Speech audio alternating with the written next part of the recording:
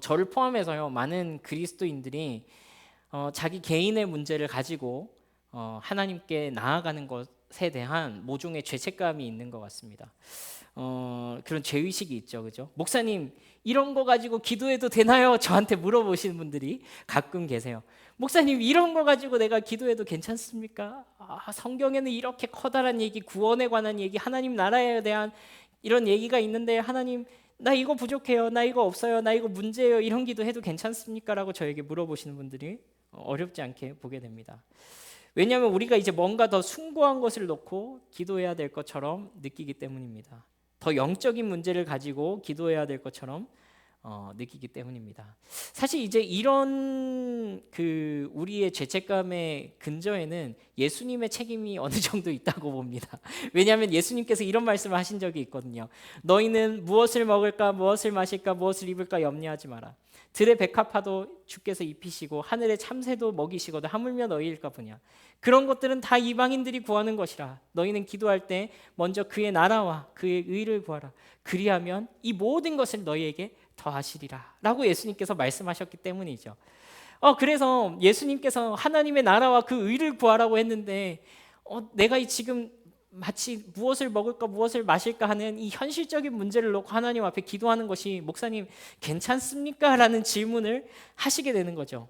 당장 저도 지난 시간에 이런 설교를 했지 않습니까? 부자 청년 이야기도 하고 또 자리를 놓고 싸우는 예수님의 제자들 그리고 바디메오의 이 부르짖음을 대비하면서 하나님과 거래하려는 자들과 하나님 앞에 은혜를 구하는 자의 모습을 제가 대비시켜서 여러분들께 보여드렸죠. 마치 우리의 이 개인적인 기도 제목을 가지고 이렇게 기도하는 것이 마치 내가 뭔가 좀 하나님께 뭔가를 요구하는 것처럼 느껴지고 내가 하나님께 개인적인 기도를 하는 것이 뭔가 좀 너무 지극히 사적으로 이렇게 느껴질 때가 있더란 말입니다. 왜냐하면 지금 나의 이 기도는 하나님 나라를 위한 기도도 아니고 뭐 지극히 내 개인적인 그 고통에 관한 혹은 나의 필요에 기인한 이런 기도 제목인데 이런 걸로 기도해도 되냐 하는 것이죠. 근데 사실 오늘 우리가 읽은 말씀이요, 그런 이야기를 담고 있습니다. 오늘 우리가 사무엘상 1장을 함께 읽었는데요, 이 말씀은요, 역사적으로 보자면 사사기 바로 다음에 붙어 있는 말씀입니다. 그러니까 이제 사사기, 룻기, 사무엘상, 사무엘하 이렇게 가는데 룻기도 사사기 시대의 이야기고요. 하지만 이제 좀 별책부록 같은 느낌입니다. 룻기는. 근데 이제 사무엘상 같은 경우에는 역사적으로 이어져요. 이 사사기의 마지막 스토리로부터 사무엘상으로 이렇게 이어지는 말씀입니다. 그 도입 말씀에 오늘 이 한나의 기도가 등장하는 거예요. 그래서 이제 시대적으로 보자면은 이 전환기죠. 사사 시대에서 왕정 시대로 넘어가는 그 전환기 중이고요. 오늘 이 스토리는 아직 사사 시대 중에 일어났던 이야기를 그리고 있는 거예요. 그래서 이제 조금 우리가 이 사무엘상을 읽다 보면은 마지막 사사이면서 또 선지자였던 사무엘이 등장을 하고 또 이 사무엘에 의해서 이스라엘의 왕이 세워지는 이야기가 이 사무엘상과 사무엘하의 이야기입니다. 그러니까 이 시기는요 아주 정치적으로 사회적으로 격동기였다고 할 수 있었을 것입니다. 우리가 그 사사기 삼손의 이야기를 보면서 제가 그림을 하나 보여드렸죠. 무슨 그림이라 그랬습니까? 나선형 하강부족. 점점 더 어두워져 가지고 정말 앞이 안 보일 정도로 어두운 시대로 가고 있는 것이 사사 시대다라고 설명을 드렸었죠. 그래서 이제 우리가 삼손의 말씀을 통해서 결국에는 이 사사 시대의 결국이 어떤 시대라 그랬죠? 아무도 부르짖지 않는 시대. 하나님께 마땅히 부르짖어야 함에도 부르짖지 않는 시대가 바로 사사 시대였다라는 설명도 제가 여러분들께 드렸습니다. 그래서 여러분 이 암흑기에서 이제 이스라엘의 가장 찬란했던 역사가 있는 이 다윗 왕 시절로 전환되는 그 과도기의 말씀이 오늘 우리가 함께 읽은 말씀이다, 그렇게 보시면 되겠습니다. 바로 이 사무엘서를 여는 주인공이 있는데요, 이 사무엘서를 여는 주인공이 오늘 등장하는 한나라는 여자입니다. 한나. 아무도 부르짖지 않던 시대, 그리고 성경은 지극히 남성 중심의 스토리가 이어지거든요. 아들들을 통하여서 하나님의 유업이 이어집니다. 아브라함, 이삭, 야곱, 요셉, 모세, 그쵸? 다 남자들의 이야기란 말이에요. 그 남자들의 이야기 속에서 아주 그 남성성의 끝판왕을 보여줬던 삼손. 어떻게 보자면은 이 가장 강력했던 이 삼손이 가장 하나님을 잘 찾아야 할 것 같은데, 이 남성성이 아주 강했던 삼손 이야기로 끝난 사사 이야기가 종결되자 성경은 누구를 등장시키냐면은 여인을 등장시키는 거예요. 그것도 컴플렉스가 있는 여인을 등장시켜서 이 사사 시대로부터 빛의 시대로 다시 이야기를 이어가고 있는 것입니다. 그러니까 이게 이제 성경의 아이러니죠. 성경은요, 이 연약한 한 여자를 등장시키셔서 아주 개인적이고 사적인 기도를 통하여서 하나님이 어떻게 하나님의 역사를 이루어 가시는가 하는 것을 오늘 말씀을 통해서 보여주고 있습니다. 그래서 오늘 말씀을 통해서요, 하나님을 향해서 우리의 마음을 쏟아놓는 기도, 그분께 우리의 사적인 기도도 자유롭게 가지고 나아가서 좀 그분께 좀 내어드릴 수 있는 그런 기도가 좀 우리한테 좀 회복되고, 그리고 이런 기도도 하나님께서 버리지 않으시는구나, 이런 기도도 하나님이 사용하시는구나 하는 그 사실을 우리가 좀 마음에 새기고 그런 확신을 얻고 돌아가시기를 바랍니다. 오늘 우리 읽은 이 말씀에요, 사건의 발단은 이렇습니다. 이 사사시대의 끝무렵에 엘가나라는 남자에게 두 부인이 있었습니다.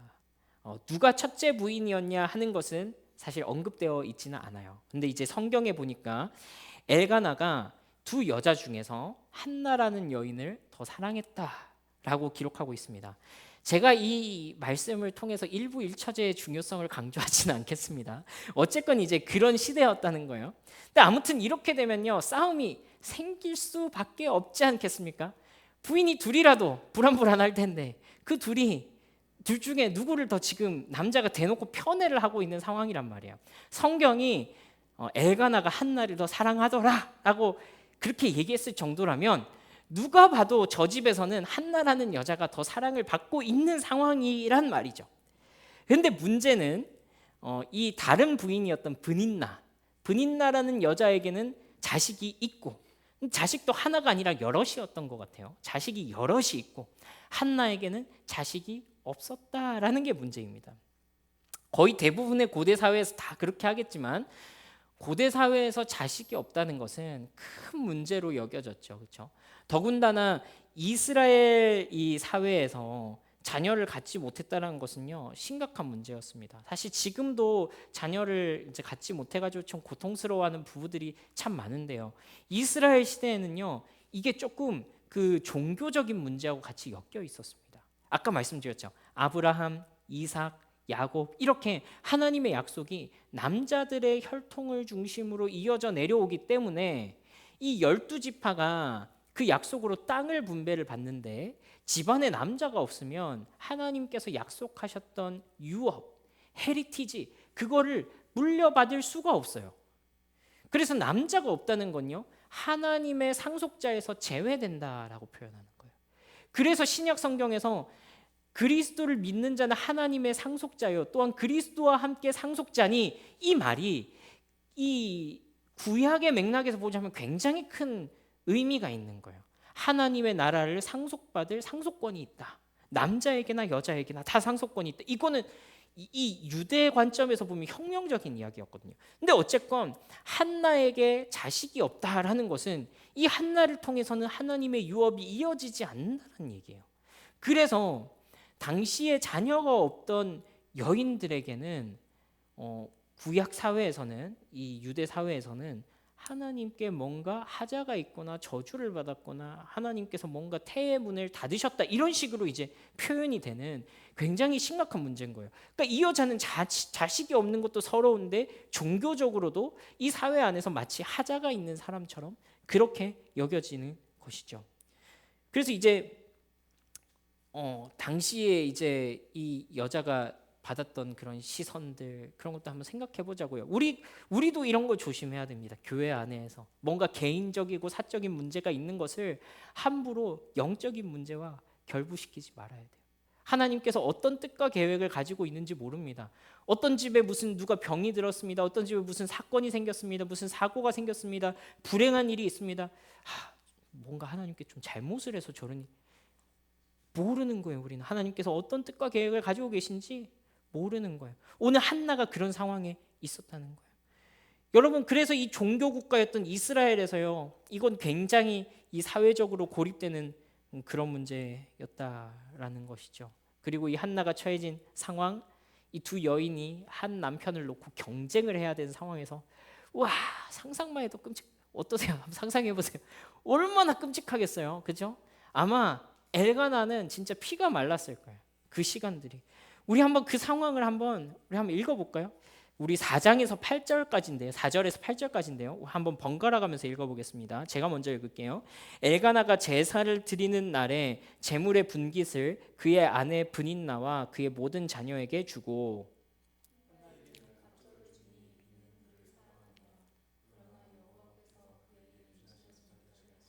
여호와께서 그에게 임신하지 못하게 하심으로 그의 적수인 브닌나가 그를 심히 격분하게 하여 괴롭게 하더라. 매년 한나가 여호와의 집에 올라갈 때마다 남편이 그같이 하매 브닌나가 그를 격분시키므로 그가 울고 먹지 아니하니. 함께 읽습니다.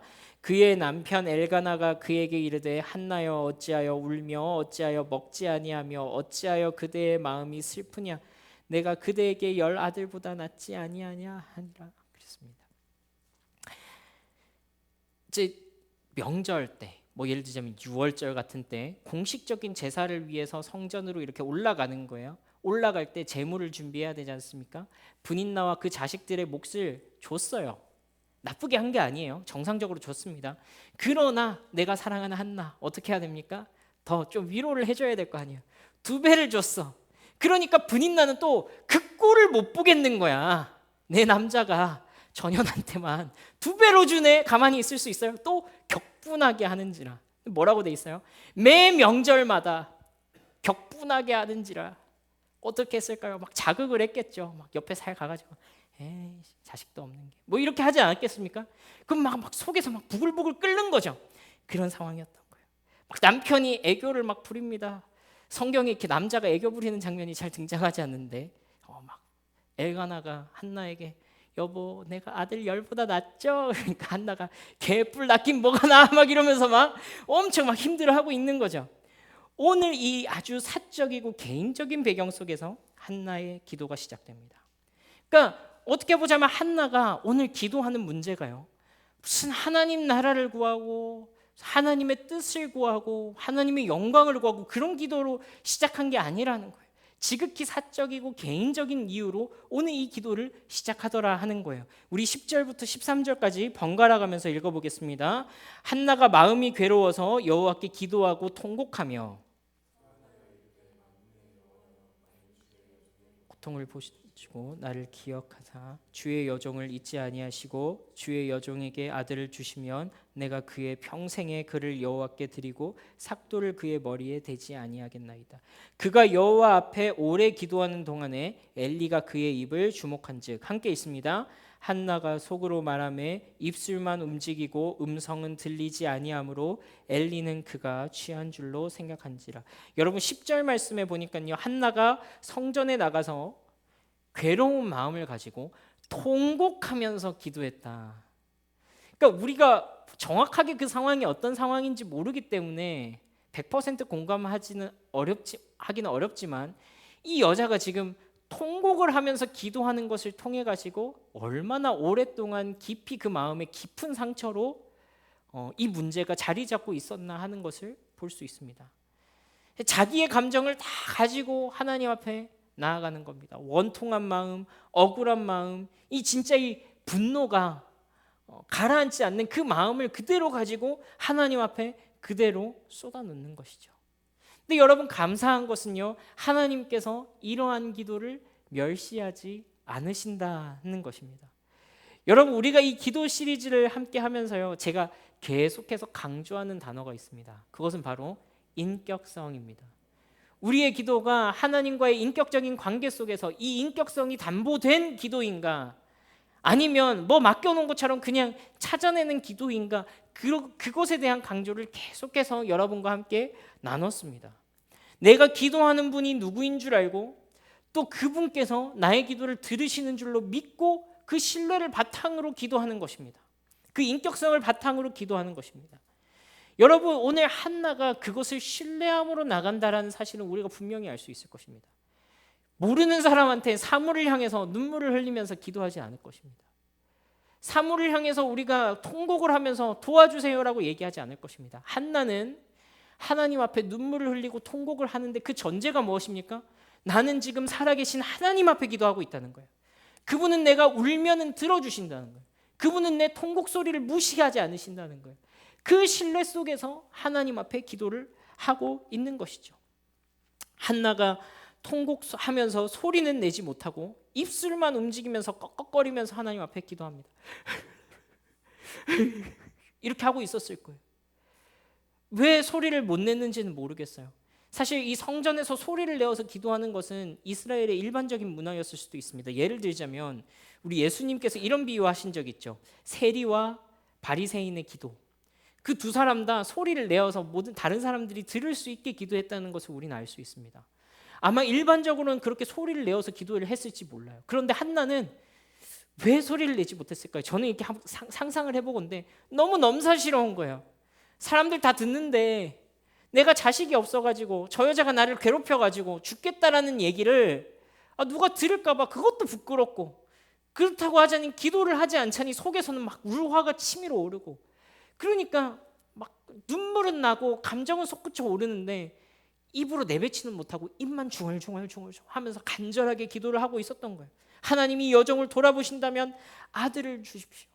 아들을 주신다면 제가 그 아들을 하나님께 바치겠습니다. 내가 그 머리에 삭도를 내지 않겠습니다. 그랬습니다. 여러분, 삼손 이야기 기억하십니까?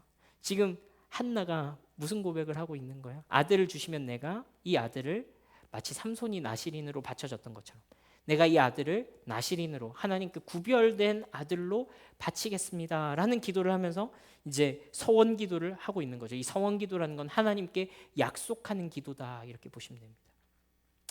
여러분, 아마 이 한나는요, 지금 자기가 드리고 있는 이 기도가 정확히 하나님 나라에서 어떤 의미가 있는 기도인지 다 알지 못하고 기도했을 것입니다.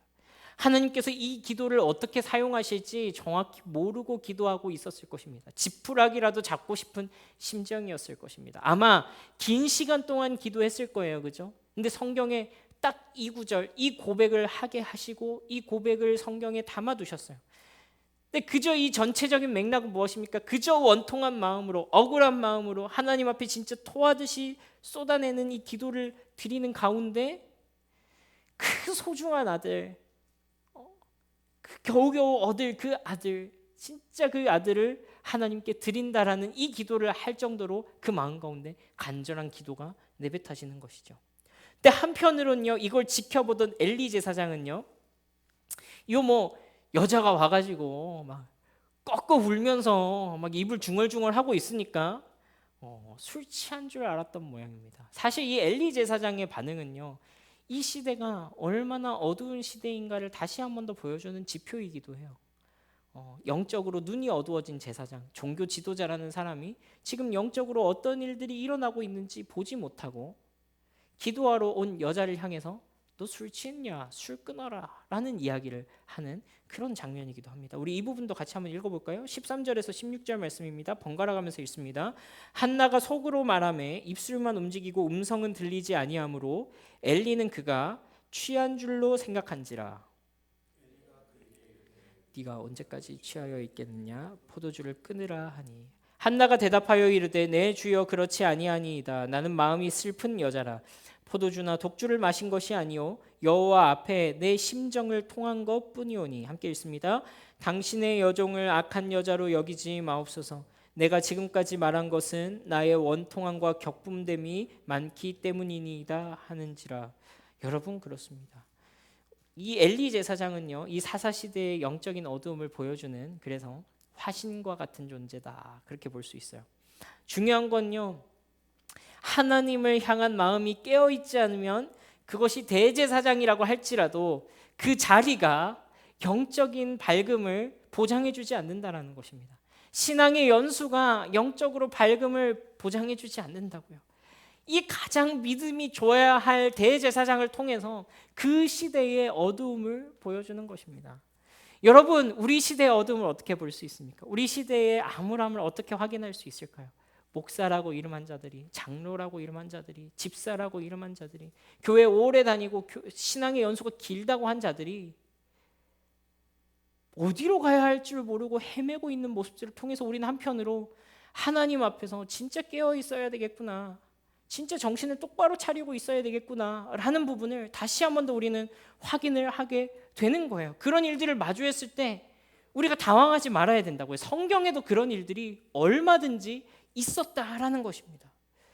여러분, 이 영적인 일들에 무지하고 영적인 사람들에 대해서 무감각한 그런 모습을 제사장이 보여주고 있다면, 한편으로는 성경에 등장하는 여자로서 어떻게 보자면 그 사회에서 주류보다는 한참 뒤로 밀려나 있던 이 여자를 통해서 우리에게 다시 한 번 더 이 시대의 부끄러움을 확인시켜 주는 거예요. 한나는 이 엘리 제사장이 제사장이라는 이 종교적인 권위로 자기를 판단하는 것에 연연하지 않습니다. 제사장이 뭐라고 하잖아요. 너 왜 이렇게 기도하냐? 너 왜 이 신앙생활 이상하게 해? 술 먹었니? 라고 하니까 아니요, 자기는 당당한 거예요. 자기는 하나님 앞에서 지금 자기가 해야 할 일을 하고 있는 거예요. 그저 자기가 하나님께 나아가는 바로 그 확신을 가지고 하나님께 나아가면서 기도했다라는 것입니다. 내가 지금 기도하는 분이 하나님이고 그분이 내 마음을 들으시고 받으신다라는 이 확신 속에서 당당하게 기도했던 것이죠. 그것이 종교 지도자가 되었건 어떤 사회 문화적인 어떤 분위기가 되었든지 간에, 혹은 외부적인 어떤 시선이나 조롱, 뭐 그런 오해들, 이런 것들은 중요하지 않았던 것입니다. 당시 이스라엘에는요, 왕이 없었기 때문에요, 대제사장이라고 하면은 사실상 왕과 같은 자였다라고 보셔도 무관합니다. 신정일치 사회였다라는 말이에요. 그런 제사장이 자기에게 너 술 취했냐? 기도 왜 그렇게 했냐? 라고 했을 때 상처가 되지 않았겠어요? 얼마나 주눅이 들지 않았겠어요? 근데 이 한나에게 그런 것은 중요하지 않아요. 내가 지금 하나님 앞에 기도하고 있다는 것이 너무나도 중요했던 것입니다. 여러분, 한나의 고백은 이런 고백이었겠죠? 아니요, 지금 저는 하나님 앞에 기도하고 있습니다. 나는 내 모든 마음을 하나님 앞에 쏟아놓고 있는 중입니다. 나를 악한 여자라고 말하지 마십시오. 난 지금 내 온 마음을, 내 가장 은밀한 부분을, 내 가장 연약한 부분을 하나님 앞에 쏟아내놓고 있습니다. 나한테 그렇게 말씀하지 마십시오. 엘리는 그제서야 이 여인의 기도를 함부로 판단할 수 없겠구나 하고 깨닫고 이와 같이 축복하며 돌려보냅니다. 우리 17, 18절 함께 읽어보겠습니다. 시작. 엘리가 대답하여 이르되 평안히 가라. 이스라엘의 하나님이 네가 기도하여 구한 것을 허락하시기를 원하노라 하니 이르되 당신의 여종이 당신께 은혜 입기를 원하나이다 하고 가서 먹고 얼굴에 다시는 근심빛이 없더라. 그렇습니다. 그리고 감사하게도 한나는 2일 후에 임신하여서 아들을 낳게 되고 그 아들이 바로 사무엘이라는 마지막 사사이면서 또 선지자였던 이 사무엘입니다. 사무엘은요, 이스라엘의 마지막 사사인 동시에 이스라엘의 왕정 시대를 시작한 사람이기도 하죠. 여러분, 때로는요, 하나님께서 이와 같이 한나의 지극히 사적인 기도를 통해서 하나님의 역사를 움직이시는 것을 보게 됩니다. 한나는요, 개인적인 아픔과 개인적인 기도 제목을 가지고 하나님께 나아갔습니다. 그런데 하나님은 그 개인의 기도 제목을 들으실 뿐만 아니라 전체 하나님의 계획 속에서 이 한나의 기도 제목을 풀어가시는 것을 우리가 이 나머지 사무엘서를 통해서 보게 됩니다. 여러분, 이것이 신앙생활의 짜릿함이죠. 때로는요, 하나님을 믿으며 사는 가운데 내 원통함이 있고 그것이 내 억울함이었고 그것이 내 아픔이었는데 하나님이 마치 퍼즐을 맞춰 가시듯이 기도하는 가운데 그것을 믿음 안에서 인내하며 살아가는 가운데 하나님께서 인생의 퍼즐을 맞춰 가시듯이 큰 그림을 맞춰 가시는 것을 우리가 경험하게 될 때가 있습니다. 그 시간을 인내한 가운데서, 기도 가운데서 하나님께서 그 문제들을 풀어 가시는 것들을 우리가 경험하게 되더라 하는 것입니다. 여러분, 이것을 캐치하게 하시는 것이, 이것을 인식하는 것이 기도하는 사람, 하나님을 인식하며 사는 사람의 복이다라고 할 수 있습니다. 지금 당장은 왜 하나님께서 나를 이 자리에 두셨는지 이해가 되지 않습니다. 지금 당장은 왜 나에게 이런 문제를 가지고 기도하게 하시는지 납득이 되지 않습니다. 그런데요, 기도하는 사람은요, 그것을 보게 돼요. 인생의 시간 가운데서 흘러가면서 하나님께서 천천히 나의 이 전체 인생 가운데서 그 퍼즐들을 맞춰가시는 것을 캐치할 수 있는 은혜를 우리 가운데 주시더라 하는 것입니다. 여러분, 오늘 하나님께서 바로 그 일을 하신 것입니다. 한나의 이 사적인 기도를 통해서 하나님의 구원의 퍼즐을 맞춰가고 계셨던 것이죠. 여러분, 오늘 우리가 이 한나의 지극히 사적인 기도를 처음부터 순서대로 쫙 함께 한번 살펴봤습니다. 여러분, 오늘 이 말씀을 통하여서 이 한나의 사적인 기도, 지극히 개인적인 기도를 통해서 우리에게도 말씀하여 주시는 교훈이 몇 가지가 있죠. 첫 번째로요, 우리 함께 한번 따라해 볼까요? 그것이 지극히 사적일지라도 하나님 앞에 가져가라. 한 번 더 해볼까요? 그것이 지극히 사적일지라도 하나님 앞에 가져가라. 그렇습니다, 여러분. 오늘 한나의 기도는요, 어쩌면 한편으로는 남편 하나를 놓고 싸우는 치정극으로 끝나버렸을 수도 있을 것입니다. 한나가 이 문제를 가지고 하나님 앞에 나오지 않았더라면 그냥 사랑 싸움, 그냥 좀 마치 어려운 시집살이 하듯이 아주 그냥 고통스러운 삶을 살았던 한 여인의 이야기로 끝났을지도 모릅니다. 그런데 한나는 어찌 보면 진짜로 사사로운 이 기도 제목을 가지고 하나님 앞으로 나아갔습니다. 물론 우리가 이제 신앙의 연수가 차 나갈수록 다른 이들을 위해서도 기도하고 공동체와 조금 더 큰 기도 제목을 가지고 기도할 수 있겠지만, 성경이 그렇다고 해서 개인의 이 사적인 필요와 간구를 무시하고 있지도 않다는 사실을 여러분들 꼭 기억하시기를 바랍니다.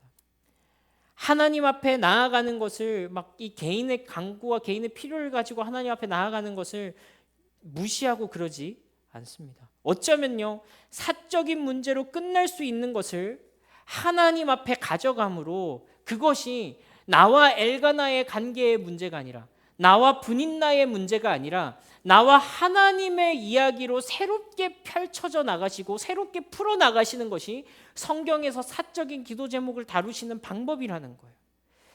그것이 그냥 나의 문제로만 남아 있었을 때는 그냥 사적인 문제였는데, 그것을 가지고 하나님께 나아갔을 때 그것은 하나님과 나와의 문제가 되기 시작한다라는 거예요. 여러분, 그래서요, 우리에게 주시는 두 번째 교훈이 이것입니다. 함께 따라해 보겠습니다. 하나님과의 인격적 관계 속에서 사적인 기도를 드리라. 한 번 더 해보겠습니다. 하나님과의 인격적 관계 속에서 사적인 기도를 드리라. 그렇습니다. 여러분, 한나가 하나님 앞에서 그 원통한 마음을 가지고 모든 감정을 쏟아놓으면서 기도했다라는 것을 우리가 다시 한 번 더 기억하면 좋겠습니다. 그렇게 할 수 있었던 이유가 무엇입니까? 내가 기도하는 그분이 내가 흘리는 눈물을 들으신다. 내가 기도하는 그분이 나의 원통한 마음을 들으신다. 나의 억울한 마음을 아신다 하는 것이 전제가 되어 있는 것입니다. 하나님께서 인격적인 하나님이시다. 그분은 내가 기도하면 들으시고, 그분은 내가 엎드릴 때 나를 주목하여 보시며, 그분은 내가 은혜를 구할 때 나를 무시하지 않는 분이시다라는 그 신뢰가 깔려져 있는 것입니다. 그분은 내 기도를 들으시는 분입니다. 그분은 나의 하나님입니다. 그분은 우리의 기도를 들으십니다. 무엇보다도요, 우리는 한나보다 더 확실한 이해를 가지고 있죠. 이 하나님에 대한 분명한 인격적인 확신을 가지고 있습니다. 무엇입니까? 그분이 우리의 아버지가 된다라는 거예요. 부족한 우리의 육신의 아버지와 같지 않으시고 완전한 하나님 아버지가 되어주셔서 우리의 기도를 들으실 수 있는 그런 분이란 말입니다. 예수님께서 우리가 그 아버지께 기도할 수 있게 하기 위하여서 십자가에서 못 박혀 죽으셨죠. 그래서 뭐라고 말씀하십니까? 성경은 우리가 다시는 두려워하는 종의 영을 갖지 아니하고 우리가 하나님을 향하여서 아빠, 아버지라고 부르짖느니라, 그렇게 말씀한다 그랬잖아요. 우리 이 말씀 다시 한번 더 같이 한 목소리로 읽어보겠습니다. 로마서 8장 14절에서 16절 함께 읽습니다. 시작. 무릇 하나님의 영으로 인도함을 받는 사람은 곧 하나님의 아들이라. 너희는 다시 무서워하는 종의 영을 받지 아니하고 양자의 영을 받았으므로 우리가 아빠 아버지라고 부르짖느니라. 성령이 친히 우리의 영과 더불어 우리가 하나님의 자녀인 것을 증언하시나니. 그렇습니다. 여러분, 그래서요 우리는 기대할 수 있게 된 거예요. 그래서 우리에게 주시는 세 번째 교훈은 이것입니다. 함께 따라 읽어볼게요. 내 기도보다 크신, 한 번 더 해볼게요. 내 기도보다 크신 하나님의 계획을 신뢰하라. 한 번 더 해볼까요? 내 기도보다 크신 하나님의 계획을 신뢰하라. 그렇습니다. 우리가 마땅히 이와 같이 기대할 수 있는 것입니다. 여러분, 오늘 한나는요 지극히 개인적인 이유로 하나님 앞에 나아갔습니다. 그러나 하나님께서는 이 한나의 사적인 이야기를 성경에 기록해 두시고 오고 오는 모든 하나님의 백성들이 이 말씀을 귀감으로 삼도록 하셨습니다. 돌아보니까 우리는 이 한나의 이야기에서 누구도 부르짖지 않았던 이 구약 성경에 이 약속의 상속자들이었던 남자들조차도 기도하지 않을 때, 이 구약 성경에 가장 남성성이 짙었던 이 삼손이라는 사사도 기도하지 않을 때, 하나님을 제대로 찾지 않던 시대에서 그래도 하나님 앞에 나아가서 자기의 문제를 놓고 하나님과 씨름했던 한 여인의 기도를 보게 되는 것입니다. 우리는 한나의 이야기를 통해서 엘리 제사장과 같이 강하고 힘 있는 자들을 부끄럽게 하시는 하나님의 이야기를 또한 보게 됩니다. 우리는 이 한나의 기도를 통하여서 태어난 사무엘이 이스라엘의 나중에 회개운동을 이끌고 이스라엘을 다시 하나님께로 돌이키고 그리고 왕을 세워서 왕정국가가 시작되게 하는 이 하나님의 사람으로 살아간 이야기를 또한 보게 됩니다. 여러분, 우리는 사적인 문제로 하나님 앞에 나아갑니다.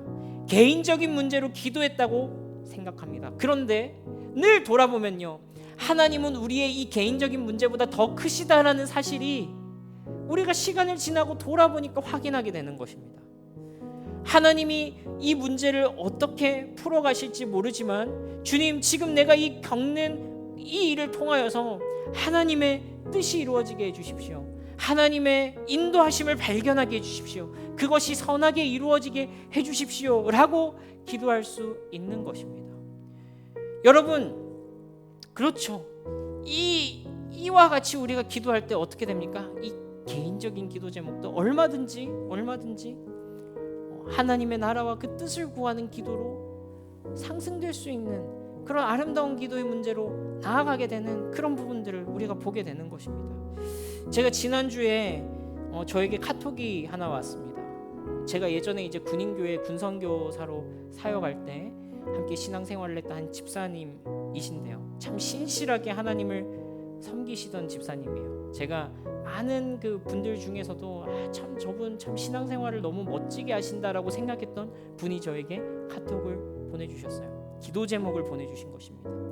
남편 집사님이 어깨를 다치셔가지고 정밀 검사를 받았는데 폐암이 3기인 것 같다고 연락을 주신 거예요. 암이 뼈에도 전이가 되고 임파선에도 전이가 돼가지고 이게 지금 어떻게 굉장히 어렵다라는 말씀을, 기도 제목을 저에게 나눠주신 것입니다. 참 이런 소식을 들을 때 어렵죠. 마음이, 목사인 저도 마음이 참 너무 어렵습니다. 가슴이 아픕니다.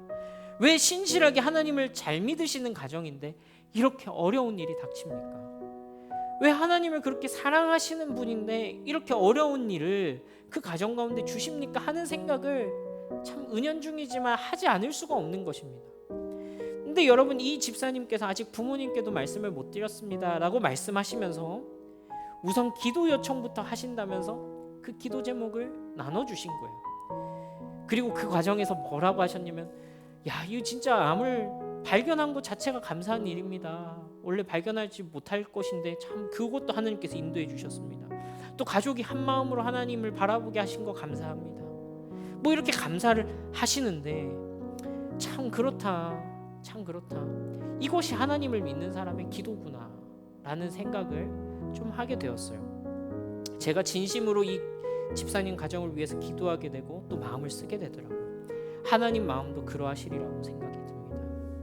여러분, 개인적인 기도 제목도 얼마든지 하나님 나라와 의 안에서 기도할 수 있는 것입니다. 그런 기도 제목이 될 수 있는 거예요. 사적인 기도 제목도요, 얼마든지 거래가 아닐 수 있는 거예요. 하나님 앞에 나아가는 것입니다. 하나님, 나에게 이런 문제가 있습니다. 정말 이해하지 못할 상황이 있습니다. 어떻게 하면 좋습니까? 주님, 그러나 하나님 감사합니다.